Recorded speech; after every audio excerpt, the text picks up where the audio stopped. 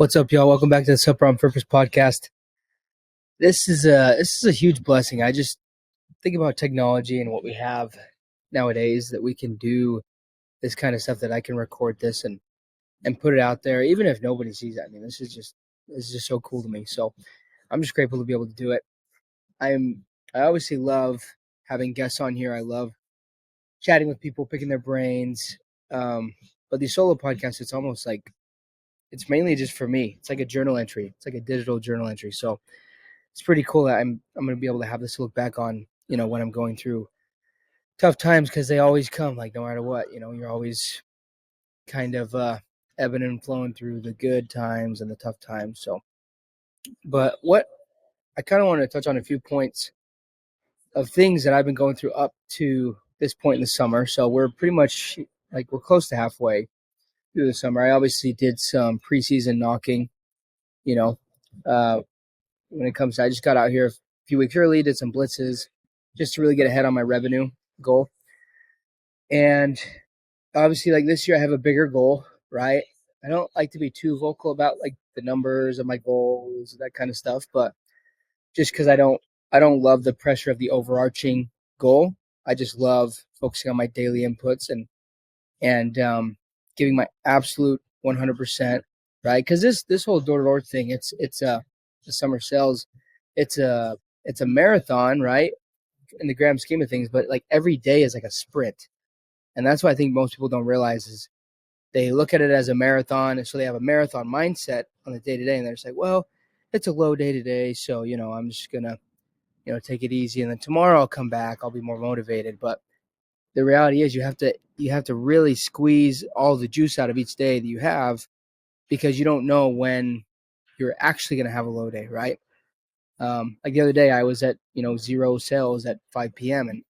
and I could have just kind of threw in the towel and just thought, oh, it's just a low day. But I still ended with like 5 deals, so I was pretty happy about that. And also, you're going to be way more proud of your effort, or I should say, way more proud of yourself by the efforts that you do put in, even if you don't come out with like a big day or whatever. Like, you're going to be so much happier with yourself, and looking at yourself in the mirror, and just knowing you did everything that you could that day. So, but one thing I've been thinking about is, like, as you accomplish a goal, right? The goalpost is going to move, obviously, so the goal gets bigger.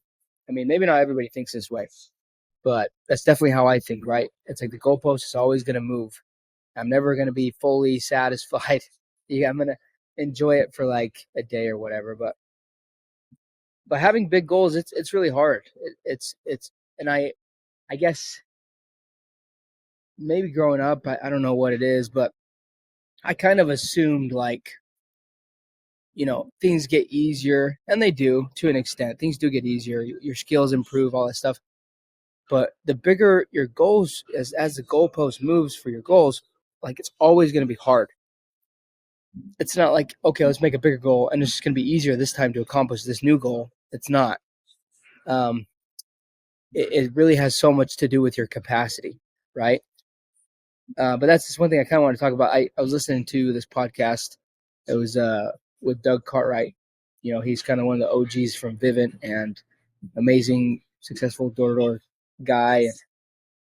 Does, now he does sales coaching and consulting. But one thing he said in the podcast was awesome. He said, your capacity to handle discomfort will make you more successful. And a lot of these top reps, that's really what differentiates them, right? Like, even guys I've interviewed or talked to, and you think it's just like all these little secrets or these intricacies of like how they say the pitch or like how they handle objections. It's really not. It's more so such a mindset shift of realizing, like, yeah, obviously your skill set's going to get 1% better each day as you continually improve it, but in order to do that, in order to improve 1% a day, you have to really be able to handle a lot of discomfort from a day-to-day basis, right? So, for example, like on the days when you're just, things just aren't clicking, right? Like some days you assume that it's like, okay, you'll get, a couple cells in the morning, a couple cells in the afternoon, a few cells in the evening. Like, it doesn't always work out as planned, right? And so you gotta handling that discomfort is really more so handling the uncertainty of this job and realizing that you can't control there is no certainty in this job. You can't control that, right? But you can control your effort and your attitude, and embracing that discomfort and leaning into it. That is what has helped me so much this past really this past month in order to really hit, what I've hit up to this point, right? I'm still a little bit tracking behind on pace from my goal, but I believe, I'm going to keep ramping and getting better and better, because I'm just not the type of person that just like settles for, like, my efforts will not decrease as the summer goes on, I guess I should say.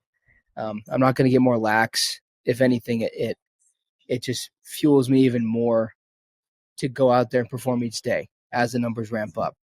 But that's one of the biggest things I kind of learned, over this past month, is just embracing that discomfort and leaning into it, and that's what's going to make me more successful. Not so much the skills, because obviously the skills are going to get better, but focusing on your capacity to embrace that discomfort. It's just like fitness.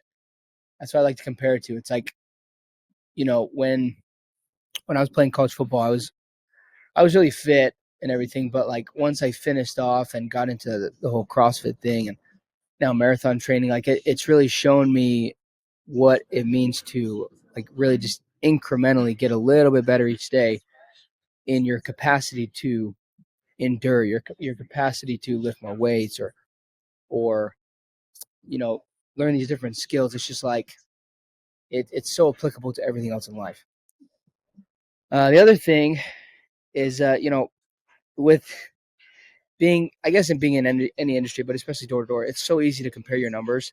All these guys at these other companies are posting their numbers and what they're doing, and which is super cool. It's inspiring, but it can really get in your head of like comparing yourself to what they're getting, and then you're just like, oh man, I'm way behind them, and I'm not making as much money as they are. But like the reality is it just doesn't even matter. It's such a pointless thing, because not everybody is going to come out, their first, second, third year just ripping.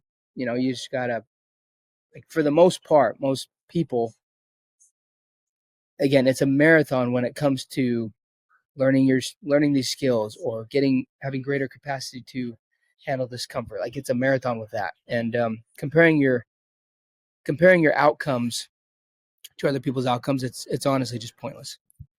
So if you're in the space, or even if you're not, like if you're chasing a goal, um, you know, I mean, look at people for guidance and uh, for some advice, but just don't compare your results with other people. It's just such a pointless thing to do. And then lastly, I mean, if you're, chasing big goals is tough. If you're chasing a big goal, like, the one thing I would say is, if you're off pace right now and you're just thinking to yourself like, oh, there's no way I can hit it. Like, don't just throw in the towel and quit. Like, don't just think to yourself like, oh, there's no way I can hit it, so I'm just gonna chill out. I've seen too many guys, even on our team, doing that. Like, they're off pace, and they're just like, well, I'm just not gonna hit it, so just gonna kind of settle for that. But you'd be so surprised, like, how much you can accomplish, how much better you get when you just embrace the fact that, okay, yeah, you're behind, but you can still give it 100% of your effort, right? And by doing that, you're gonna get better. And like, even last year, I think about, up till, I'm trying to think, like, right now, I'm at the same amount of revenue I was last year in like towards the end of August, right? So I'm way ahead of last year's goal. But then the last month of last year, I doubled my revenue, right? So I got way better. And so, like, if I just would have thrown in the towel and be like, oh, I can't hit my goal because I'm off pace, it's like, then I wouldn't have hit what I hit, you know? And it's just really easy to get in that mindset. So just remember that if you're off pace, if you're behind, like, don't quit. Just think of how can you get better, just 1% each day, and continue to be consistent. Consistency will always win, always. Like, I'd much rather work with a guy who isn't that great at sales, but is just so consistent and has such good work ethic, than a guy who's got all the talent in the world and he's just inconsistent. It's just like you can't rely on those types of people. It doesn't matter if you have the capabilities to go get 5 to 10 sales a day, but you don't actually do it consistently. So, or you're not trying to do it right. It's one thing to go have a big day and then you just kind of throw in the towel the rest of the week and be like, oh, I'm just going to knock half day or whatever. It's just so easy to do that. And I prefer not to be around those types of people. So do your best, finish out your goals, keep your head down. I'm talking to myself, obviously, when I'm saying this, right? It's like the uncertainty will always creep in. Those demons are just always there. And so the goal over the next month is really just to embrace those demons, embrace discomfort, put my head down, just be grateful I get to do this. Be grateful I get to go and provide for my family in a job that we get a mini retirement each year, guys. Like I work for 4 months a year, grinding my butt off, but the rest of the year I can do whatever I want. Like it's a blessing. It's a huge blessing. So this is all just a vehicle. It's all a vehicle. That's how you got to look at it. Keep putting your head down. Keep working. We'll see you on the next one.